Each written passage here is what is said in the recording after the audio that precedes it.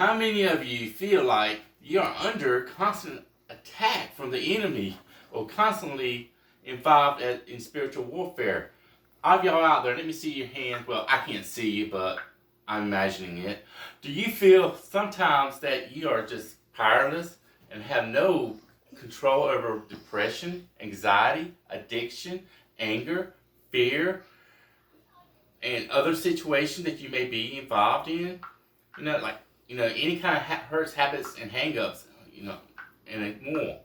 We are going to look at Matthew 16, 18, and 19 today and see what Jesus said about this if you have accepted him as your Lord and Savior during a conversation he had with his disciples. This brings us to the title of this message, which is there is power in knowing who he is. My purpose is to empower you to facing everyday situations and everyday trials and attacks that we're all under. Let me give you a little summary first on the previous verses.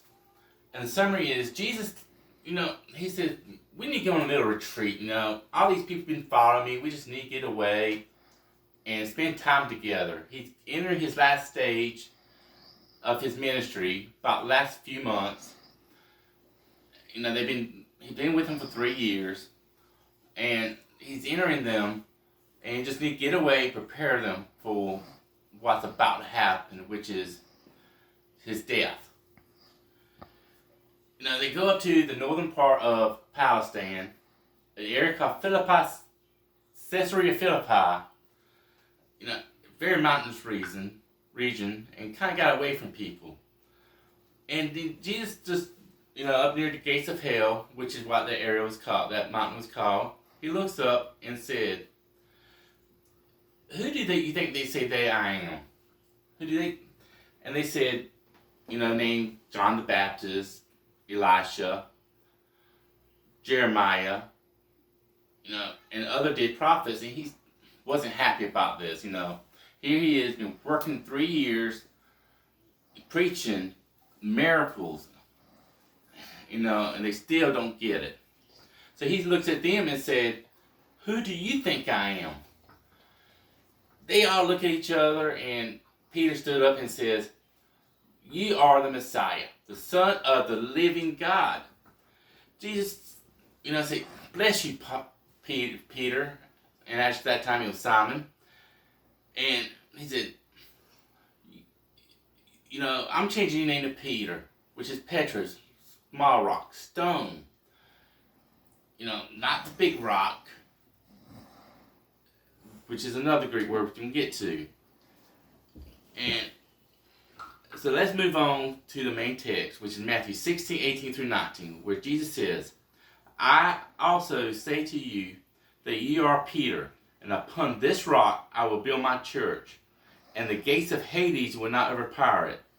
I will give you the keys of the kingdom of heaven. Whatever you bind on earth shall have been bound in heaven. Wherever you loose on earth shall have been loosened in heaven. So knowing Jesus the Messiah and the Son of God has lots of benefits. Just like having a good job comes with insurance, vacation days. He said, upon this rock I will build my church. The Greek word here is Petra, which is different from Petros or Peter. So he is not referring to Peter here, as many think he's saying, and the Catholic Church says he built the church on Peter. No, that's not what he said. And Peter was the rock 2,000 years ago before Dwayne Johnson. So guess somebody owes Peter some royalties. So the rock here is the proclamation that Jesus is the Messiah and the Son of God. Acts 2:21, we're going to look at other verses. And it shall be that everyone who calls upon the name of the Lord will be saved. Romans 10:9 will say that if you confess with your mouth that Jesus is Lord and believe in your heart that God raised him from the dead, guess what? Don't say you might be saved. It says you will be saved. Ephesians 2:8 says, for by grace you have been saved through faith. That's not of yourself, it is the gift of God. So salvation is through Jesus, and it's by profession of faith, which is the part of, this is how you become part of the church.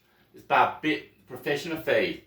And the church is built upon this. It's the foundation of the church, which is the bedrock or Petra. Back in verse 18, Jesus says that forces of Hades will not overpower his church. No matter what the enemy brings against it, it will keep prevailing and keep going stronger than the Energizer Bunny. Most translations use hell instead of Hades. Luke 16:23, Jesus referred to Hades as a place of torment in his parable of Lazarus and the rich man, which is also the same description that we use as hell. The devil has been trying to stop the church for 2,000 years, and he still has not prevailed, and he will never, ever prevail. So, what? Never, ever. Remember that.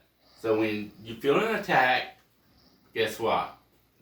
No matter what you hear in your head, he's not going to prevail.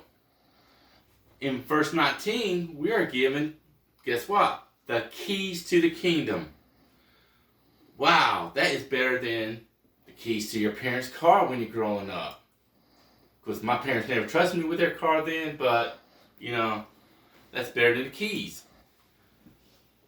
And it's also be like if the president or the king of a country says, I'm giving you the same authority that I do.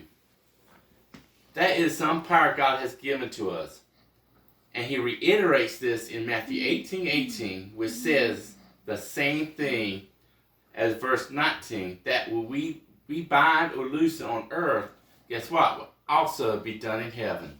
So Jesus has our back if we bind or loosen anything. That is one awesome big brother, right? We ought to be, that's something to celebrate right now. We have a heck of a big brother. He's always there to fight for us. Luke 10:19 says, Behold, I give you the authority to walk on snakes and scorpions and authority over all the power of the enemy, and nothing will injure you. Of course, I'm still not going to walk on those snakes. You bring snakes in the building, my butt is making a new door if there's not one there. I'm out. I'm not going to walk on those scorpions either. And in verse 20, Jesus adds, Nevertheless, do not rejoice in this, that the Spirit are subject to you, but rejoice that your names are recorded in heaven. So we shouldn't be celebrate that we have the power of the enemy. We celebrate that he has saved us because of our faith and proclamation of faith. When we profess our faith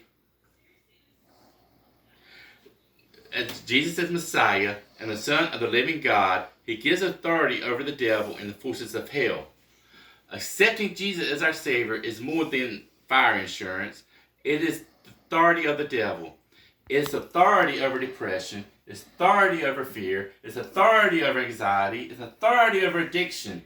It's authority over anger, and on and on. It means authority, anything the devil brings to us.